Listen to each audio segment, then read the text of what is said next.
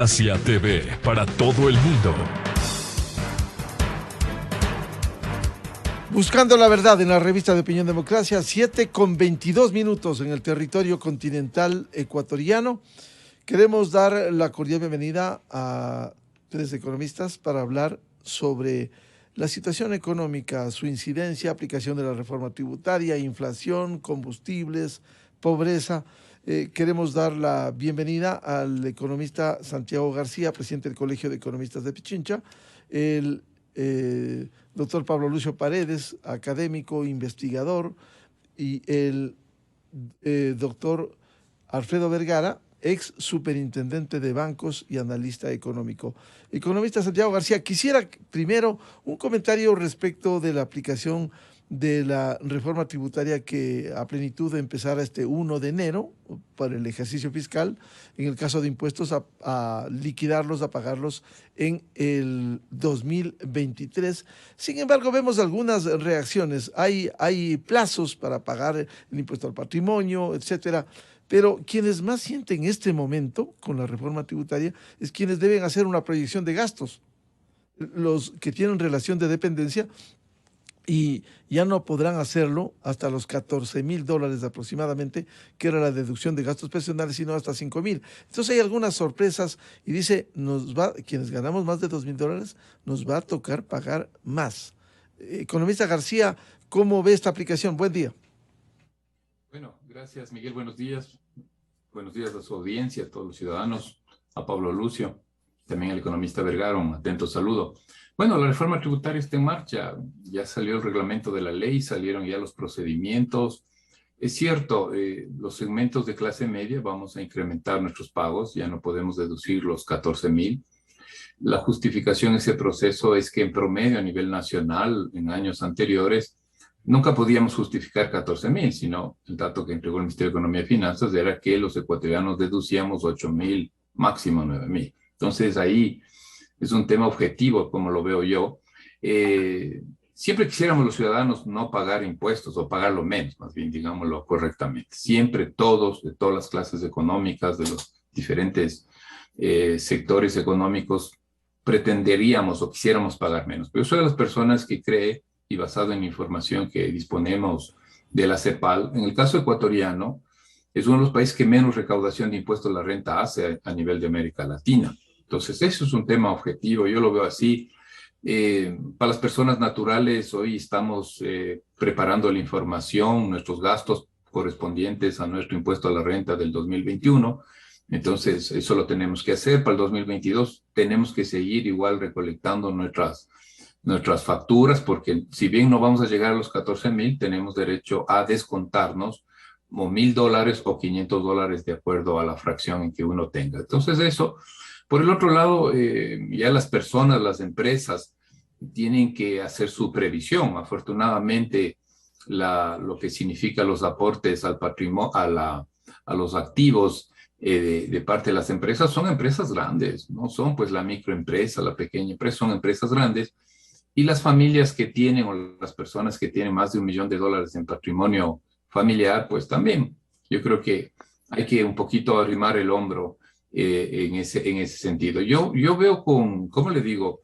Con normalidad. O sea, el SRI ha actuado rápidamente emitiendo las disposiciones del caso. No he escuchado que haya objeciones a esas regulaciones que ha hecho el SRI. Siempre habrá esta molestia, como digo, pero es comprensible. Pero también contrasto, y con eso termino esta idea, hoy estamos viendo que estamos enfrentando nuevamente el COVID y las nuevas variantes del COVID. Y eso no se hace con discursos y no nos interesa a los ecuatorianos que tal gobierno sea amarillo, azul y rojo. Lo que nos interesa es que haya recursos para la salud, que haya hoy mismo. Tenemos que fortalecer todo el sistema de salud para que no nos pase lo del 2020. Eso, Miguel, yo no lo veo así no soy tan contrario a la reforma. Sí pudo haberse mejorado la reforma y en eso estuvimos y con usted lo conversamos en su debido momento y luego entró hasta con fallas ortográficas, pero bueno, ahora nos toca dar cara y esto hay que sacarlo adelante. Bienvenido al doctor Pablo Lucio Paredes. Un comentario respecto de la aplicación de la reforma tributaria y con estos nuevos cuadros que permiten pagar el impuesto a la renta. Muy buen día, Pablo. Y muy buenos días, Miguel, Alfredo, a Santiago, a la gente que tiene la amabilidad de escucharnos ahora en la mañana. Yo voy a simplemente repetir lo mismo que había planteado en las últimas semanas y meses alrededor de la reforma tributaria, y es que sin que esto genere una gran emoción al que tiene que pagar, yo creo que el aporte patrimonial por 1 o 2 años es justificable o aceptable, digamos, dada, como acaba de señalar Santiago, los costos que ha tenido la pandemia y los costos que sigue teniendo la pandemia. Eso respecto al pago del impuesto patrimonial por 1 o 2 años. En cuanto a la tabla mismo del impuesto a la renta, que como tú bien decías, Miguel, la gente ahora empieza a ver, digamos, el pago. Yo vuelvo a repetir lo mismo, me parece una tabla mala, mal hecha, me parece conceptualmente errada, me parece errado que desde los $2,000 la gente ya tenga que pagar más, así sea un poco más, me parece mal. Me parece mal que ahora tenemos en el Ecuador ya no solo un tope marginal del 35%, sino del 37%. Me parece mal que alguien que gana $6,000 mensuales, que es un buen ingreso, pero no es una fortuna, ya llega a pagar el 35% marginal, es decir, cualquier cosa adicional que genere de ingresos ya paga el 35%, me parece totalmente excesivo. Así que, como te digo, me parece una mala tabla del impuesto a la renta, esta nueva tabla. Y falta un elemento que obviamente sí podía haber ido de alguna manera en la reforma tributaria, es el esfuerzo del gobierno, ¿no? Yo creo que a todos no nos molesta tener que aportar para la pandemia, pero a todos sí nos molesta, al menos a mí me molesta, tener que aportar más para mantener un Estado que no funciona de manera eficiente. Sí me molesta ir a entidades públicas donde yo veo que en lugar de haber 1 o 2 personas, hay 3, 4, 5 personas. Sí me molesta todos los días ver trámites del Estado que me afectan y que son totalmente inútiles. Los que son útiles me parece muy bien, pero hay una cantidad de trámites inútiles del Estado. Entonces me parece que no hemos visto hasta ahora la contraparte en reducción del gasto frente al aumento de los impuestos. Esa es la opinión que yo sigo manteniendo y seguiré manteniendo. Bienvenido al economista Alfredo Vergara, ex superintendente de bancos. Un primer comentario respecto de la aplicación de la reforma tributaria. Muy buen día. Bueno, primero, dos buenos amigos, Santiago, Pablo, un saludo a usted, Miguel.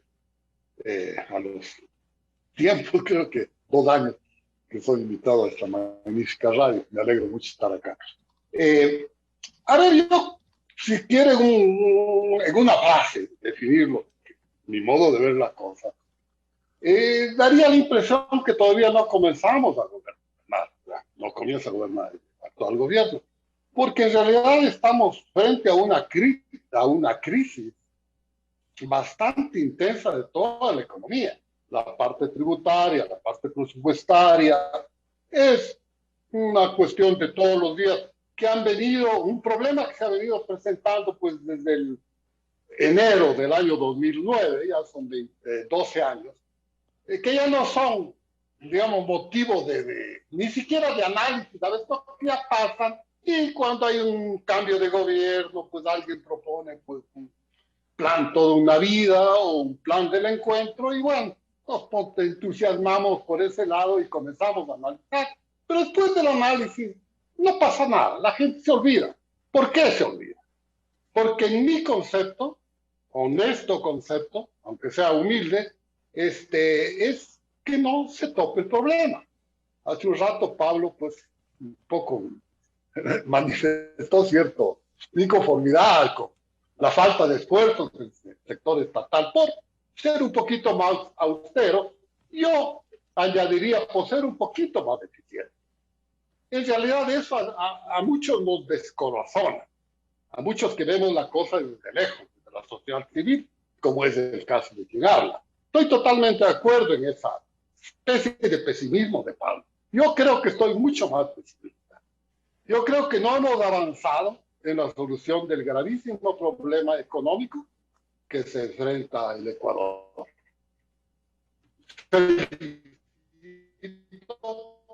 Sobre todo al vicepresidente de la República, a otros países, bien hecha. Eso es todo lo que podría opinar respecto a la cuestión tributaria, estimado Miguel. Bien, vamos con el otro tema, inflación. Ha habido un reporte economista, Santiago García, un incremento, se ha hablado del 1.9% de inflación. ¿Qué representa eso en las condiciones en las que está la economía ecuatoriana?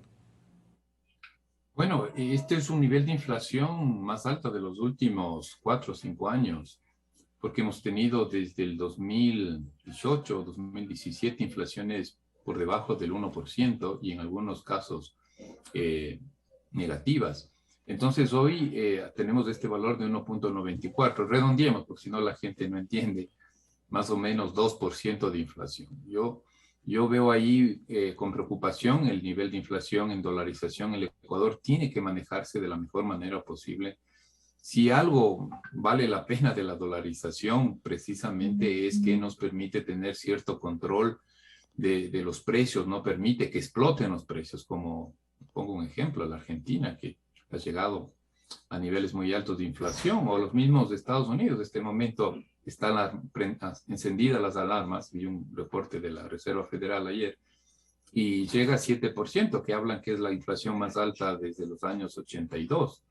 Entonces, Miguel, sí preocupa, ¿no? Y ahí hay que mirar las causas y qué hay detrás de este valor, y encontramos básicamente incremento de los precios de los combustibles y segundo, incremento de los alimentos. Entonces ahí hay esas dos variables que hay que chequear desde el punto de vista de la política económica para sostener un nivel de inflación lo más razonable posible. Entonces, sí hay que mencionar esto en buena hora, que se congelaron los precios de los combustibles.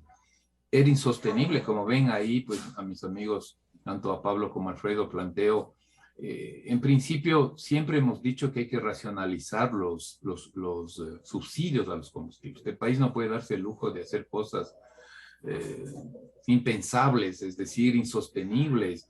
Y en buena hora que hubo un ajuste, pero el debido momento tenía que pararse eso o pagarlo con inflación. Entonces hoy, al menos entre un 40 y un 50% del valor que usted mencionó, Miguel, que yo lo redondeé un 2%, una parte proviene del incremento de los precios de los combustibles, incremento de pasajes, incremento del sector transporte.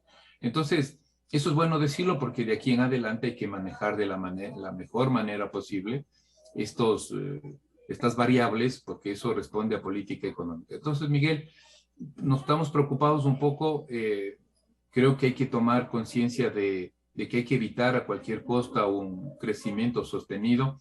Y luego lo otro, mi comentario es que gran parte de lo que conocemos los economistas del comportamiento de la inflación está motivado por la recuperación o no de la actividad económica. Hemos tenido inflaciones bajísimas y cero, como negativa, como el 2020, donde hubo una crisis. En la medida que la economía se vaya recuperando, vaya tomando fuerza la reactivación económica, también la inflación podrá incrementarse. Y ahí vienen medidas de política económica que yo menciono entre esas importantes.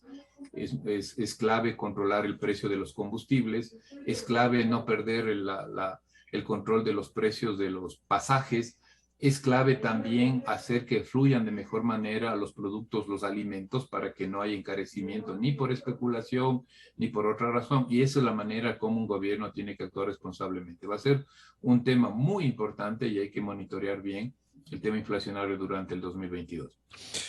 Pablo Lucio Paredes, ¿cómo incide este crecimiento, por cierto leve en dolarización, de la inflación?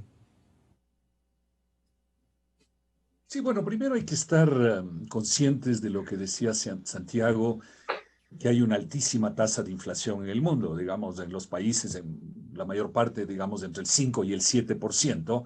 El Ecuador, al estar en el 2%, está bastante más bajo que la mayor parte de otros países. Y cuando decimos que en dolarización la inflación es preocupante, es porque obviamente suben los precios, etcétera, y eso nos quita competitividad frente a los demás países que pueden hacer ajustes que nosotros no podemos hacer. Sin embargo, digamos estrictamente en términos de inflación, nosotros no estamos perdiendo competitividad. Estamos, entre comillas, ganando, porque si nosotros solo subimos al 2% y los demás suben al 5, 6, 7%, quiere decir que, entre comillas, les estamos ganando 3, 4, 5% en inflación. Pero insisto, el tema es que ellos tienen otros mecanismos para ajustar la economía, como es la devaluación, que nosotros no tenemos, ¿no? Primera cosa. Segunda cosa, si vemos, digamos, en perspectiva, tener un 2% no es nada del otro mundo. La inflación en el Ecuador, digamos, para redondear, como decía Santiago, redondemos, entre el 2010 y el 2015 estuvo alrededor del 3-4% al año. En el año 2000, del año 2015 al año 2019 bajó al 0,1%, digamos, entre el 0 y el 1, realmente estoy redondeando. Con la pandemia en el año 2020 y 2021 fue negativo, ¿no? Perdón, el 2020 fue negativo, fue menos 1%. 2021, como estaba comentando, hemos estado comentando, subió 2%. Entonces, si vemos en tendencia, es una situación relativamente más bien baja, ¿no? No tiene nada del otro mundo. También, ahora, ¿qué es lo que sucede en la economía? Siempre hay que recordar que cuando la economía se frena, uno de los factores que se frena es la inflación. Por eso, desde el año 2015, cuando cayó el precio del petróleo y la economía ecuatoriana bajó a un crecimiento, digamos, de alrededor del 1%, pues la inflación también bajó al 0,1%. Cuando vino la pandemia, que fue obviamente el año 2020 tan dramático, los precios cayeron 1%. Y esa es la medida del INEC. Yo creo que en realidad los precios cayeron más del 1%. No es que estoy criticando la labor del INEC, sino la metodología del INEC. Yo creo que no permitió recoger adecuadamente la rebaja de precios, pero digamos, la inflación cayó 1%, y ahora cuando la economía se empieza a recuperar, que es el año 2021, como bien decía Alfredo, hay muchísimo por hacer en el Ecuador, pero digamos, bien que mal, el año 2021 ha sido mejor que el año 2020, cuando la economía empieza a recuperarse, digamos así que la recuperación va en tres direcciones. Uno, aumenta la producción local. Dos, aumentan las importaciones. Y tres, aumentan los precios, ¿no? Lo razonable es que en la economía es lo que preferimos, obviamente, es que aumente la producción, que eventualmente aumenten las importaciones y que no aumenten muchos los precios, ¿no? Eso es el mejor equilibrio en la economía, pero cuando la economía se recupera, necesariamente hay un cierto aumento de precios, ¿no? Entonces, el 2% hay que medirlo también en función de la caída del 1% del año anterior, porque hay empresas que dijeron, caramba, el año pasado yo tuve que bajar precios, me refiero al 2020, como la economía ya se está recuperando, entonces ahora también voy a tratar de recuperar algo del aumento de precios que perdí, digamos así, durante el año 2020. Entonces, también hay que comparar el +2 con el -1 del año anterior, lo cual quiere decir que en conjunto estos 2 años de la pandemia los precios habrían subido 1%, que no es nada del otro mundo. Entonces yo diría que, digamos, mirando las cifras no me parece nada muy complicado, nada del otro mundo. Algo que dijo Santiago es muy importante. No en alimentos, Santiago, pero sí en transporte es uno de los impactos importantes en el índice. El sector transporte, los precios han subido 10% en promedio, y como el sector transporte representa un 15% de la canasta, entonces 10% de 15% nos da un aumento del 1 y pico por ciento, digamos del 1,5. Es decir, una buena parte del aumento en el índice tiene que ver con el sector transporte, no tanto los demás están bastante más bajos. Yo diría que ese conjunto de reflexiones me hace pensar que en este momento la situación no es preocupante, pero la pregunta que tenemos que hacernos es si es que esto va a continuar. Y una pregunta muy importante, si es que el Ecuador va a ir a las tasas de inflación internacional, es decir, ¿vamos a quedarnos alrededor del 2 o vamos a subir al 5, 6, 7, 8% que está sucediendo en el mundo? Y que eso sí, en dolarización sería mucho más peligroso. Entonces, la situación actual no me preocupa. Sí me preocupa que eventualmente por diversos fenómenos, incluyendo el hecho de que importamos inflación internacional al importar productos, pues el Ecuador vaya al 5, 6, 7, 8%, que yo no creo que vaya a suceder eso. Ojo, no creo, pero en todo caso sí es un tema para estar alertas. ¿Y cree, Pablo, que pudiera subir la inflación paulatinamente con las condiciones que tiene la economía ecuatoriana en este momento?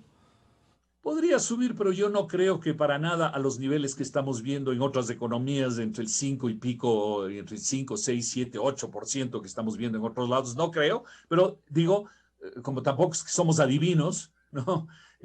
Hay que estar alertas a que eso evidentemente no suceda. No creo que va a suceder, pero hay que estar alertas. Economista Alfredo Vergara, tema inflación, tema precios y su crecimiento. ¿Cómo ve usted este panorama? A ver, dos cositas que un poquito discrepo con lo que he oído. No existe en ninguna parte, ni en teoría ni en práctica, en un país dolarizado como el nuestro, una inflación monetaria. Simplemente no existe. Si uno es un poquito aficionado a la econometría, que se la tiene un poquito olvidada en estos años, cierto ejercicio uno puede ver que ese axioma se cumple aquí también en el país. No, estén utilizando cierta pequeña data, es decir, la inflación no es monetaria. No puede ser, diría yo. Pero claro que hay inflación porque hay incremento de costos. Y ese incremento de costos son inducidos por la política económica del gobierno, que es el que hace la política.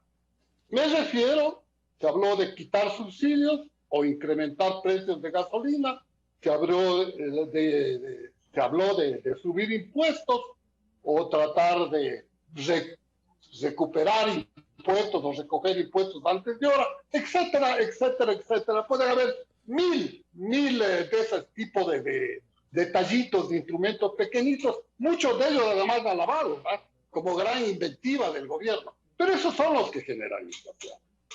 Respecto a la inflación mundial, que hablaba Pablo Lucio, sí, se habla de un 6%, y sí, yo creo que sería peligroso. Pero creo que el comercio mundial, por un lado, y por otro lado, el Banco Federal de la Reserva del gobierno norteamericano, no lo van a permitir, porque sería un hundimiento mundial. Así que yo no me preocuparía de eso. O en todo caso, pues, si llega, será una inmensa pandemia económica, que este rato mejor ni hablemos.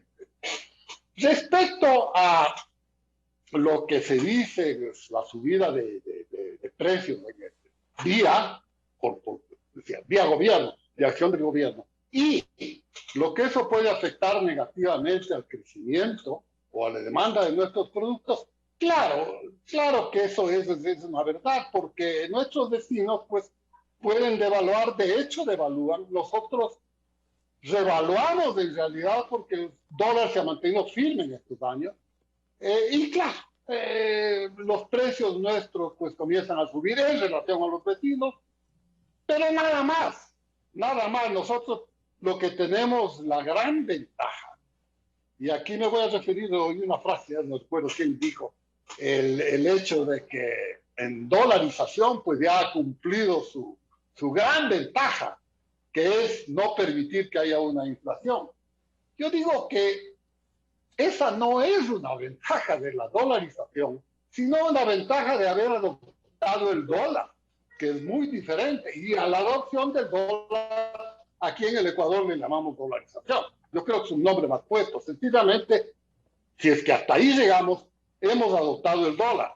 Y por eso nos defendemos de la inflación. Pero la dolarización, como herramienta de crecimiento económico, como herramienta de creación de empleo, como herramienta de destrucción o reducción de la pobreza, va muchísimo más allá que el hecho de tener una moneda que no la podemos emitir, que no la podemos devaluar. Muchísimo más allá. Pero yo creo que esa parte está fuera del contexto de la actual conversación entre nosotros cuatro. Pero sí quisiera dejarlo muy sentado. La dolarización es una maravillosa máquina de eficiencia económica y de eficiencia monetaria que cuando nosotros logramos por esas circunstancias de la vida, no hubo gobierno, diría yo, en los 7 primeros años después de la dolarización, que logramos poner en práctica, conseguimos maravillas que la gente, lastimosamente la gran mayoría de la gente, ni las entiende hasta ahora y muchos ya incluso nos hemos olvidado. Quiero recordarle, y no quiero alargarme, Miguel, gracias por su amabilidad, nada más 5 o 6 cifras que serían impactantes si es que la gente cae en cuenta lo que estoy diciendo. Tuvimos 0 endeudamiento externo, comenzaré por eso.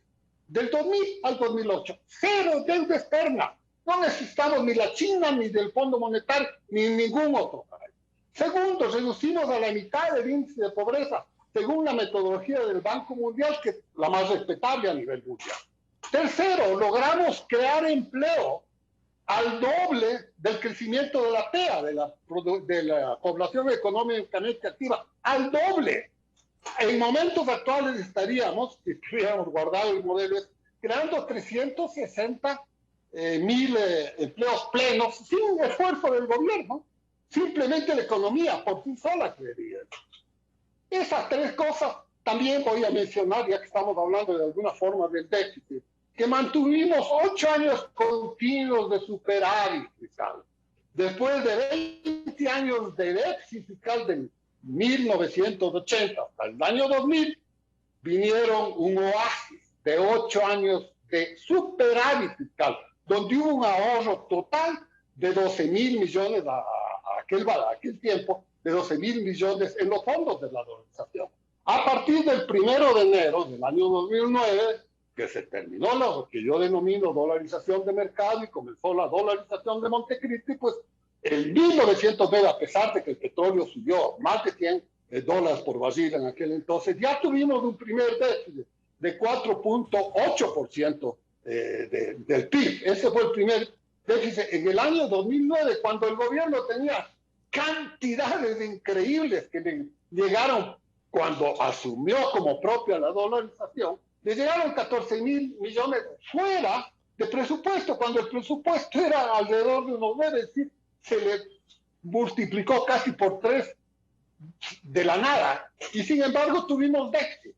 Y desde ahí pues hemos tenido un déficit continuo, altos algunos, bajos otros, hasta el día de hoy. Hace una semana hubo un anuncio de alguna autoridad pues, de televisión, ¿no? Se dio mucha importancia, de hecho, diciendo que estamos ya recuperándonos. Hemos logrado cambiar el paradigma de la depresión y entramos al crecimiento. ¿Cuál era la justificación que decía? Era que se había programado por el 2022 un déficit, de acuerdo a las estadísticas oficiales, de 4.100 millones de dólares. Pero que hace 2 meses, con ciertos cambios que había hecho el gobierno, bajara ese déficit de 4.100 a 3.800 millones de dólares. Esa baja de $300 del déficit era pues lo que provocaba la exuberancia y el optimismo increíble de este ministro. Yo le mandé una respuesta a través de Twitter, una preguntita, que si él sabía que nosotros habíamos tenido 8 años continuos de superávit fiscal, y si se había emocionado en su vida privada, pues es un economista, cuando supo eso, se había puesto tan emocionado como está ahora. Obviamente nadie me contestó, pero yo lo que voy es, lastimosamente, cuando tenemos, pues, estamos en estas cosas y tenemos 4 años y ha pasado 1, y el gobierno tiene que hacer lo que sea para demostrar que es mejor que los 2 anteriores, uno tiende a, digamos, desde el punto de vista de autoridad del gobierno, uno tiende a olvidarse. Claro. Y tratar de seguir creyendo que va a Claro, convencer. Eso es lo que quería claro, opinar. lo importante es saber las políticas que se vienen implementando y que vamos a hablar más adelante. Quisiera consultarles, economista Santiago García, tema combustibles, que tanto se ha politizado. Hoy está congelado ya por disposición del gobierno, lo hizo en su momento con un precio mucho más alto. Sin embargo, emblemáticamente desde la política o la politiquería se sigue hablando del congelamiento, de la reducción. ¿Cuánto contribuye el tema del manejo del precio de los combustibles, economista García? Perdón, había desactivado mi micrófono. Yo creo que es una variable que hay que resolverla ya. Me parece que ha entrado en el campo de lo político. Una vez que se decidió implementar la banda de precios y una vez que la banda de precios llevó a un cierto nivel de ajuste de los combustibles, tanto del diésel como de la gasolina corriente, y se liberalizó completamente la gasolina súper, que hoy pagamos igual que cualquier ciudadano estadounidense en Miami. Es el mismo precio casi lo que tenemos. Yo creo que es una política que estaba, yo diría, era razonable. Era razonable hasta llegar a cierto punto en donde los subsidios se minimicen. Es decir, ahí entra una lógica económica y social. Luego el gobierno decide aceptar y vemos que fue una buena medida en realidad, y eso no sé si decirlo por propia iniciativa o por presión social, pues detiene el proceso de aplicación de la franja de precios y lo congela a unos precios más altos. Yo, Miguel, ahí voy por el punto. Este momento el Ecuador está entrando en una fase crítica de recuperación económica. Este momento estamos otra vez alarmados por el tema del COVID y sus diferentes variantes. Tengo la impresión, no quiero ser pesimista, pero hay que decirlo así, puede mandar al traste si no controlamos bien el sistema pandémico, ¿no? El tema de salud pública. Si no controlamos bien esto, que incluso yo mismo he dicho una recuperación para el 2022 de apenas 2,5%, es insuficiente para los grandes problemas, como la generación de empleo productivo. Entonces, Miguel, yo lo que diría es, y voy por esa línea, yo creo que hay que cerrar esa negociación con la CONAIE, con los movimientos sociales, ampliar el debate hacia otros sectores. ¿Por qué solo tiene que ser la CONAIE? Si fuese político, le aconsejaría al gobierno, abra el debate hacia los otros sectores sociales para poder llegar a un acuerdo en donde definitivamente se zanje ese tema. Si el gobierno pues deja el combustible a un nivel por debajo de lo que lo ha puesto y que fue la resolución del presidente Lazo, yo no vería con malos ojos. Lo que no podemos llegar es a que el diésel valga $1 o que la gasolina corriente valga 1.5. O sea, debe haber un proceso de negociación y cerrar el tema. Cerrar el tema, mirar qué nos pasa el 2022 con respecto a mí me parece que lo más importante en este momento es que haya recuperación económica, que haya sostenibilidad en esa recuperación, que, como hemos visto en las preguntas anteriores, la inflación la mantengamos controlada, que haya un buen proceso, fortalecimiento del motor del crecimiento económico, que yo entiendo es la estrategia del gobierno nacional, que es el sector exportador.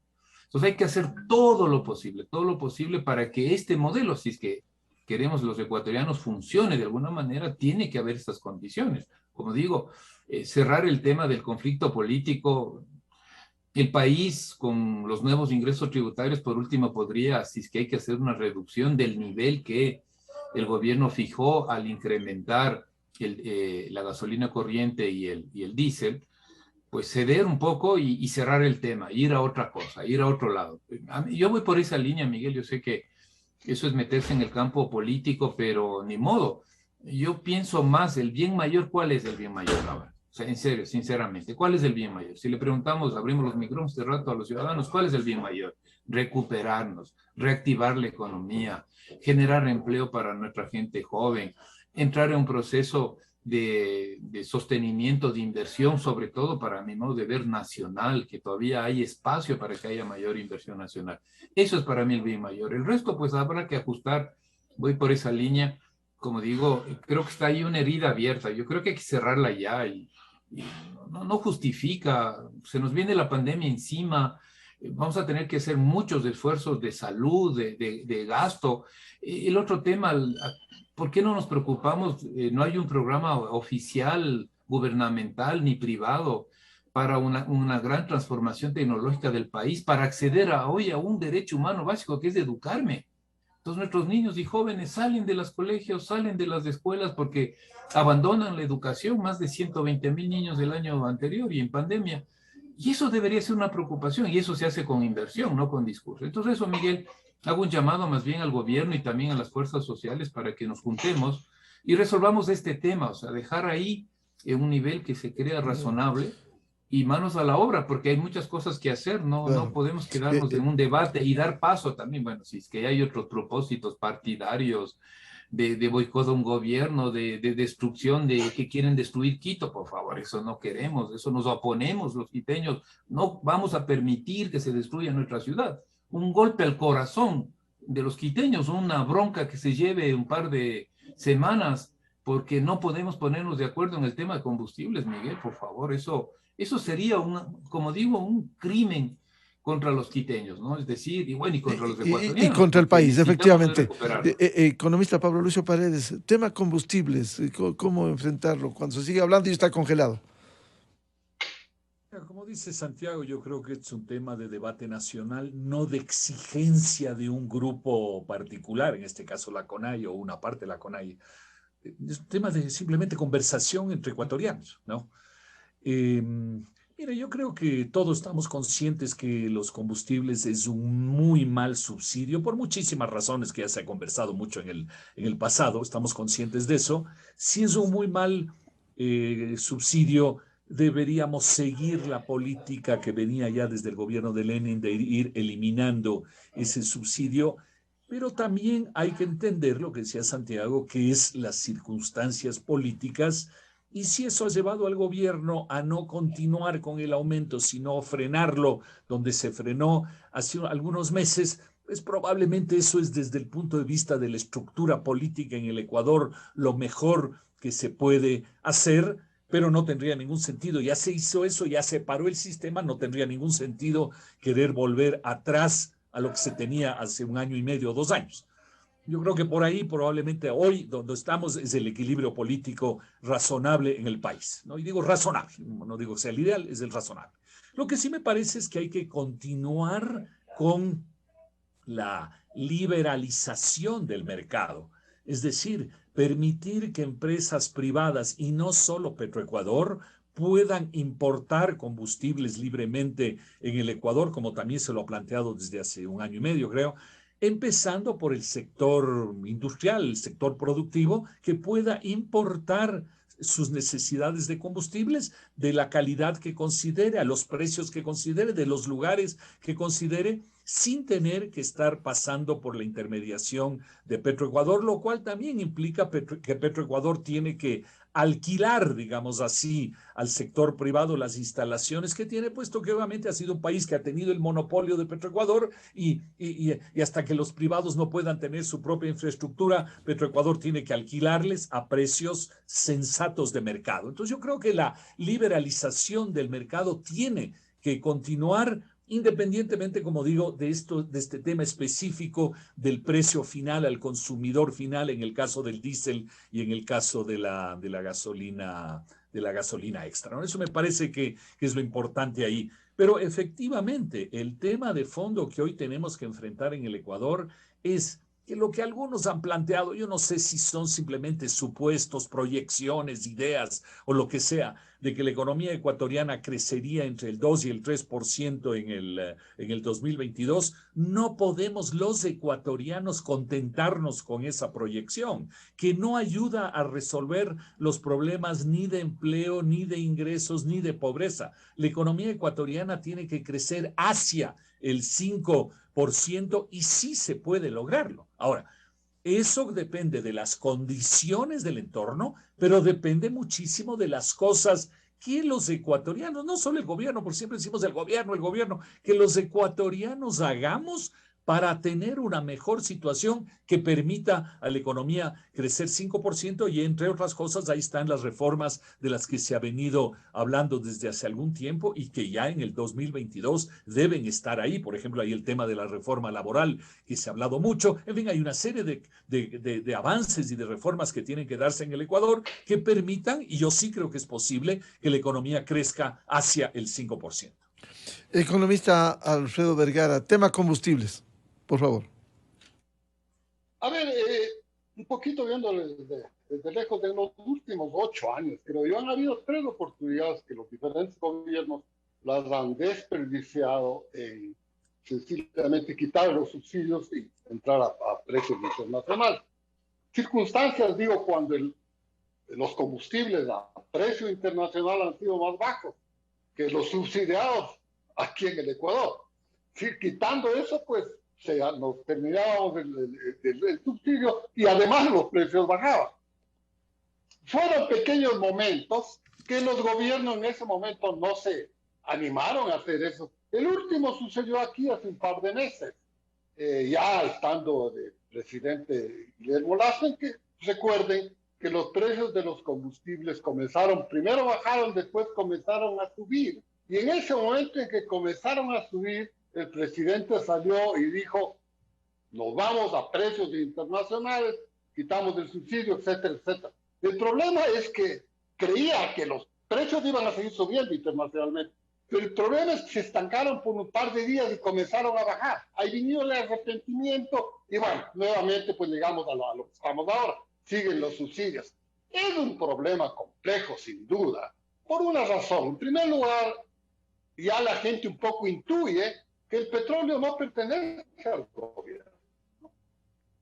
El petróleo no pertenece al Estado. El petróleo pertenece a la sociedad civil, porque está dentro del subsuelo ecuatoriano que pertenece a todos nosotros. Pero la sociedad civil, por lógica logística, aunque sea en el redundante, da su administración al gobierno. Lo ha dado pues desde 1976 hasta la fecha. Ya. Es lógico que así sea, pero en ningún momento, y me refiero a esto porque yo saqué un rotulito diciendo que el 100% del dinero que actúa en la economía de los dólares son generados por la sociedad civil, que el gobierno no produce un solo dólar, que incluso la deuda externa tiene que ser pagada por la sociedad civil, cualquier déficit, etcétera, etcétera, etcétera.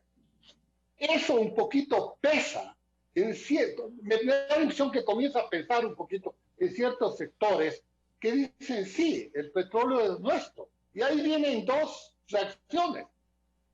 Nosotros tenemos que subsidiar a cierta parte de la población, la reacción egoísta, diría yo, de derecha. Y la otra es, si es nuestro, entonces el gobierno no tiene derecho a subir los precios. Más o menos en esas 2 cosas. Y como las 2 cosas son en parte verdad, creo yo que eso explica el problema en que nos vemos enredados ya desde hace tanto tiempo, pues, en la cuestión esto de los combustibles. Yo creo que es un subsidio, sí, pero es un subsidio de los pocos subsidios que se puede decir que no es totalmente negativo, excepto tal vez cierto desperdicio, cierto negociado en fronteras de antipatria de los combustibles baratos vendidos de afuera. Yo creo que es una cosa que debemos soportarla y convivir con ella por algún tiempo. Bien, quisiera plantearles el tema de las reformas necesarias. Estamos iniciando este 2022. ¿Cuáles son las reformas urgentes? Se ha planteado entre ellas la laboral, pero estamos viviendo unas condiciones complejas por la emergencia sanitaria, por el COVID-19. ¿Cuáles debieran ser esas reformas urgentes que le permita al Ecuador, como decía Pablo Lucio Paredes, crecer de una mejor manera, no tan modesta? Santiago García. Bueno, esa es una pregunta importantísima, Miguel, y yo creo que el 2022 es un año de inflexión muy importante para la economía nacional. Y creo que los ecuatorianos, la gente que nos escucha, hay que convencernos de esto. Y digo de esa manera para llamar a que nos unamos la sociedad, para que estemos las diferentes organizaciones haciendo una buena lucha, un buen diálogo, pidiendo consenso en las reformas. Varias reformas. Por eso digo, lo que hagamos o dejemos de hacer el 2022 le va a marcar la vida al país. Número 1. Tenemos que hacer una buena reforma laboral. Y ahí hay debate, ¿no es cierto? Y ahí hay muchas circunstancias que uno puede perfectamente llegar a algunos acuerdos que nos permitan lo más importante, generar empleo. El resto no sirve, el resto es puro discurso partidario, no sirve para nada eso.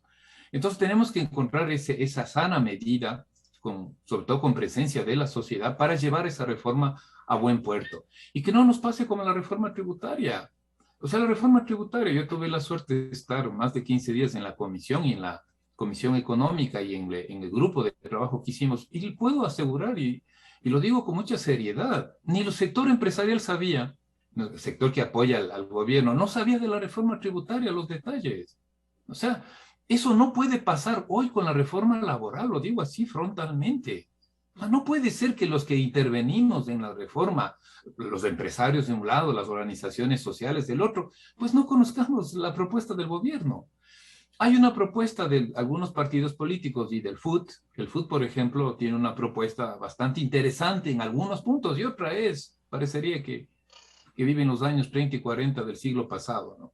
Pero habrá que discutir, lo bueno del FUT habrá que tratar de implementarlo. No puedo decir lo bueno del gobierno porque no lo conozco, porque todo ha sido un misterio. Nos hablan de que ha hablado el ministro de Trabajo, ha hablado con los empresarios. Cuando hablo con los empresarios me dicen, pero no sabemos qué quiere hacer el gobierno. Número uno. Pero dejo asentado eso, Miguel, y aprovecho su prestigio y esta importancia de este programa para decir como ecuatoriano, señores, hagamos una reforma laboral de acuerdo, de consenso, pues con la gente que vamos a intervenir en el proceso. Número uno. Número dos, nosotros desde el Colegio de Economistas estamos presentando una agenda alternativa. Nos interesa mucho, por ejemplo, una buena reforma de la economía popular y solidaria. ¿Por qué no podemos pasar del discurso politiquero, pasar a la efectividad de una buena política que nos permita sostener lo que en el país también está presente, la economía familiar campesina, las asociaciones, las cooperativas? O sea, ¿cómo queremos hacer una reactivación inclusiva si nos olvidamos de la economía popular y solidaria? Y tenemos el comercio justo para que la gente, también es un criterio equivocado, ¿no? La economía popular y solidaria es de pobres. Y entonces nadie le hace caso al pobre.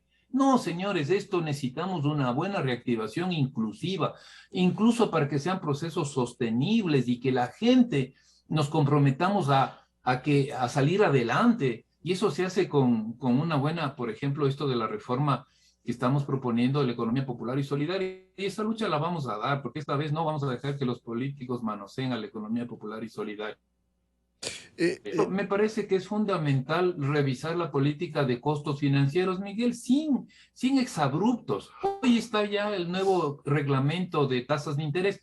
Lo que yo digo es que vamos a darle un plazo de 3 meses y pido a las autoridades monetarias, financieras, por favor, lógica, sentido común. Si el sistema no rinde los frutos en 3 meses, porque hay que pensar que es un mecanismo donde se han incluido aspectos técnicos, a mí me parece bastante razonables, pero si no funciona tenemos que ajustar el procedimiento.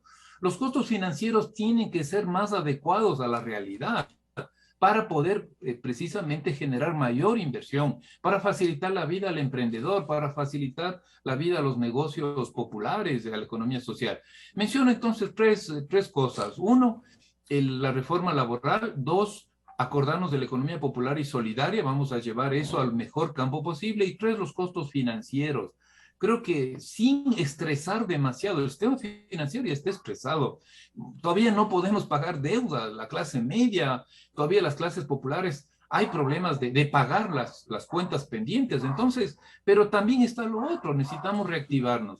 En fin, menciono esas Ya. tres, creo, cosas fundamentales de este momento para una buena y sana recuperación económica. El resto es, no sé, discurso Ya. partidario, político, de políticos que ya mismo entrarán en campaña, ¿no? Claro. Por seccionales. Nos Economía. oponemos a eso. Mientras no haya recuperación económica, Miguel, hagamos las cosas bien. Y eso le corresponde al gobierno de parte y le corresponde también a la sociedad. Juntarnos para sacar Y a adelante. la Asamblea la que tiene que tratar. Ojalá Y sí, por no cierto, corra la no, suerte hasta de la reforma tributaria, que se lavaron las manos y dejaron eso. Economista Pablo Lucio Paredes, reformas pendientes, entre ellas fundamentalmente la laboral. El gobierno ha dicho que va a poner en debate primero en la sociedad, en medio de este momento de un crecimiento de los contagios por el COVID.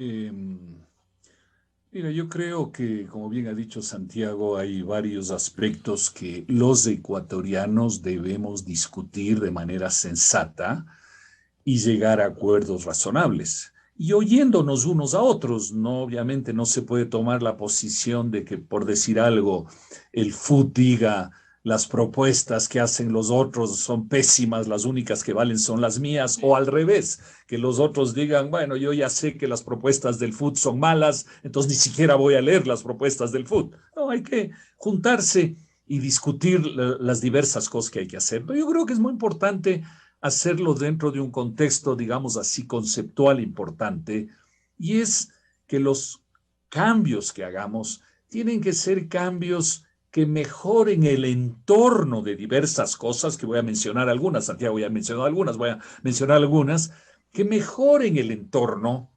pero no caigamos en algo que obviamente tenemos la tendencia política a hacerlo, y es hacer leyes de 300, 400, 500 artículos, donde no es que mejoramos el entorno, sino que además el gobierno quiere meterse en cada detalle de cómo hacemos cada cosa en el Ecuador. Y por eso son esas leyes tan grandes y al final en algo mejoramos en el entorno, pero en algo también en mucho complicamos la vida diaria en lugar de dejar que en ese mejor entorno cada uno pueda tomar mejores decisiones. Entre paréntesis, a mí me gustó mucho el otro día un artículo de Walter Spurrier en el cual él hacía un rápido resumen de cómo ha crecido el sector camaronero en el Ecuador, con subidas, con bajadas, con problemas, con lo que sea.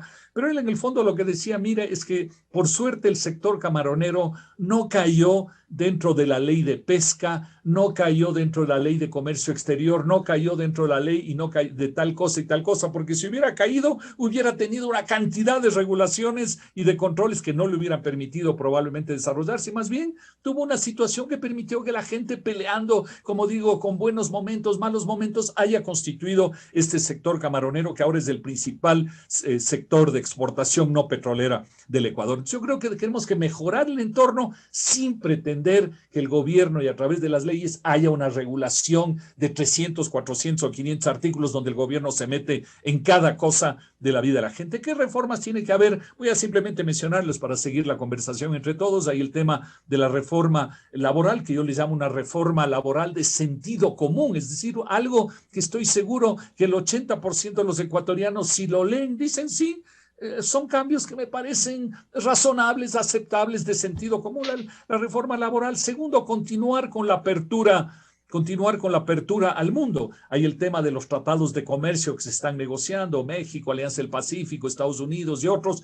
Hay que bajar los aranceles, hay que continuar la disminución del impuesto a la salida de divisas, que ya el gobierno anunció un plan lento, pero al final un plan de reducción del impuesto del ISD. Yo creo que la apertura al mundo es muy importante y eso incluye la apertura financiera, es decir, que venga más banca internacional al Ecuador para competir con la banca ecuatoriana, y en eso creo que el Banco del Pacífico es una gran oportunidad para atraer banca internacional al Ecuador. Un tercer aspecto es la reforma de la seguridad social, que es un tema, la verdad, más complicado y más complejo que los demás, pero no por eso, porque sea complejo, tenemos que dejarlo de lado. Es un tema extremadamente importante. Hay el tema que hablé al principio de la reducción del gasto del Estado. No es posible que tengamos en la economía ecuatoriana un Estado que pesa 37% del PIB. Y cuando digo pesa, pongo la palabra de adrede porque es como un lastre en todo el gasto improductivo que hay, es como un lastre que frena el avance de la sociedad. Creo que tenemos que ponernos de acuerdo en el Ecuador en hacer petróleo y minería responsables, razonables, con buen cuidado del medio ambiente y del medio humano, etcétera, etcétera, pero creo que sí se debe poder hacer más petróleo y minería en el Ecuador. En fin, ahí acabo de mencionar 4 o 5 cosas, probablemente hay otras más que me parecen que son temas que debemos enfrentar. Es como un rompecabezas que hay que ir armando, ¿no? Ahora, de las cosas que he mencionado y otras que mencionará Alfredo y que mencionó Santiago, ¿tenemos que hacer el 100% de las cosas? No, tampoco vivimos en un mundo ideal y perfecto, pero digamos, si logramos hacer 60 o 70% de esas cosas de las que hablamos, yo creo que es sano para el Ecuador y podemos en tendencia crecer hacia el 5%. Al menos una de las tantas que ha mencionado Pablo Lucio, me comprometo, porque ese es tan grande y tan intocado, porque sigue igual y peor cada vez la del Seguro Social, que me comprometo a invitarlos. Economista Alfredo Vergara, las reformas urgentes que necesita el país en medio de tanta urgencia como la laboral. Perdón, ¿puedes repetirme? Sí, Estaba con un sonido medio ya, raro. Lo que les plantea a Santiago García y a Pablo Lucio Párez, las reformas urgentes que necesita el país.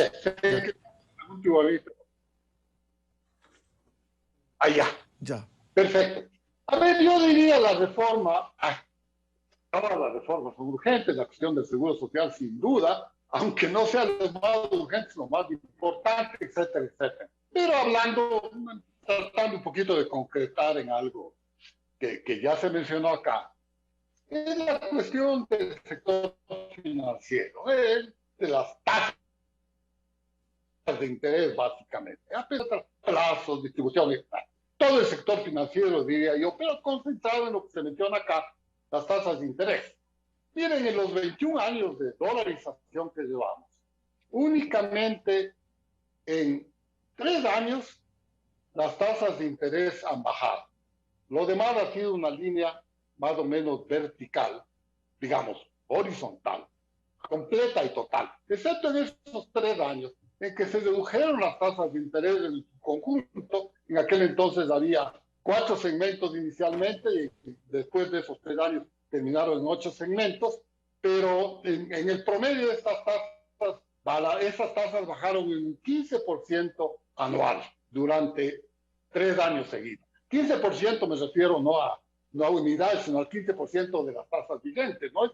Se redujo un poquito, un 1,5% en promedio anual en eso. Es la única ocasión en que han bajado las tasas de interés, por un lado. Por otro lado, entre el 2000 hasta el 2007, hasta julio del 2007, en que el Congreso, hicimos aprobar en el Congreso de aquel entonces que todavía existía una especie de introducción a la dolarización de mercado.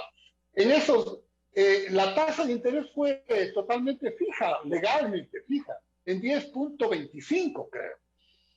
A mí me acusaron un juicio que me puso Rafael Correa por haber hecho aprobar la ley de dolarización de mercado, que como yo la denominaba en aquel entonces.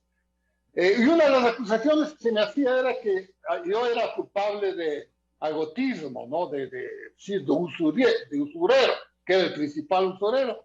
Yo lo único que quise de leer lo que significaba usura, que la usura es aquellas tasas de interés que están por encima de lo legalmente permitido. Las tasas de interés nunca estuvieron por encima del 10.75. Eso fue mi punto de defensa como cuestión anecdótica.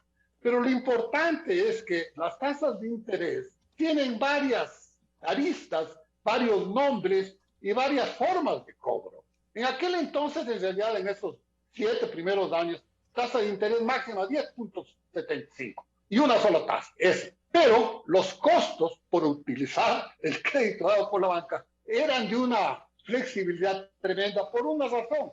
Había lo que se denominaba las comisiones, que no estaban estatuidas, ni contempladas, ni escritas en ningún documento oficial, ni extraoficial. Las famosas comisiones, habían comisiones de crédito que cobraban una sola vez, cuando el banco otorgaba el crédito, que llegaban hasta el 80% en ciertos casos, es decir, teníamos una tasa de interés única, pero no anual, pero que llegaban al 60-80% en un país dolarizado. En fin, había un desorden total ahí, pero sin embargo, ese desorden de alguna forma seguía las reglas de mercado, competencia de mercado. Y teníamos además 4 instituciones internacionales que funcionaban en libre competencia con los, en aquel entonces, 18 bancos locales que teníamos. Y eso permitió que con estas inmensas comisiones que nadie las controlaba, los costos financieros se mantengan más o menos en un tipo de racionalidad y de competencia y de competitividad que mantuvo sano al sistema durante esos 8 años. Y esa salud del sistema duró hasta enero del año 2009, cuando lastimosamente pues entró en vigencia la Constitución de Montecristi, la dolarización de Montecristi. Respecto a lo que se mencionaba, que era lo que estaba tratando de referirme, que hay una fórmula para bajar las tasas de interés, es totalmente falso. En ninguna parte del mundo puede haber una fórmula que sustituya al libre mercado, porque una fórmula es hecha por algún ser humano, un grupo de seres humanos, y que la extienden en el plazo. Pero ¿qué es lo que va a pasar en el mercado? No, eso es lo importante. Así que yo una fórmula como tal para fijar tasas de interés o reducir tasas de interés, no, yo no, sencillamente no la creo, porque en el mundo no se ha dado, y peor en el mundo dolarizado. Miren, en Panamá, que es lo que en Panamá la definición de tasa de interés es una cosa increíblemente simple, clara y diáfana. Y me parece honesta. Dice, más o menos, ¿no? Tasa de interés es todo lo que se cobra un banco por dar un crédito. O sea, no, todo, absolutamente todo. Y es esa tasa de interés que incluye cualquier cosa que el banco decida poner ahí, lo que se somete a la acción de mercado. Me parece a mí que esa solución se ha dado resultado. Ahora, obviamente no quiero decir, por ejemplo, un programa estrella del gobierno, el crédito de 1 a 30 años plazo al 1%. Claro, pero eso no tiene nada que ver con el mercado, no tiene nada que ver con el sector financiero. Claro, es un segmento. Bien.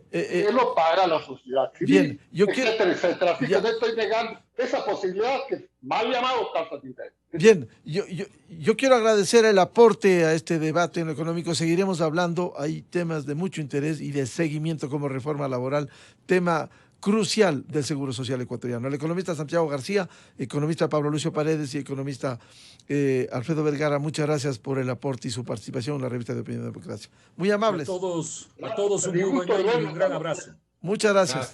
Muy amables. Gracias, Pablo. Saludos a todos. Un abrazo a todos. Buscando la verdad en la revista de Opinión Democracia, 8:23 en el territorio continental ecuatoriano. Pausa publicitaria y ya volvemos con otro tema importante. ¿Qué hacer con la seguridad ciudadana en el Ecuador? Con 3 invitados, presidente de la Comisión de Seguridad de la Asamblea, Ramiro Narváez, el arquitecto Fernando Carrión y el doctor Ramiro Román. Temas pendientes en la Asamblea Nacional como la nueva ley de seguridad. La revista de Opinión Democracia se transmite por XFM 92.5 en Quito y 89.7 en Riobamba. Democracia 920 AM y Democracia TV para todo el Inicio mundo. de espacio promocional y publicitario. ¿Te emociona un mundo donde la humanidad coexista en armonía con la naturaleza? Con tu ayuda es posible. Ahora, pequeñas acciones producen grandes cambios. Desconecta los cargadores de los equipos que no utilices. Apaga las luces al salir de la habitación. Verifica los sellos de ahorro de energía cuando adquieras electrodomésticos.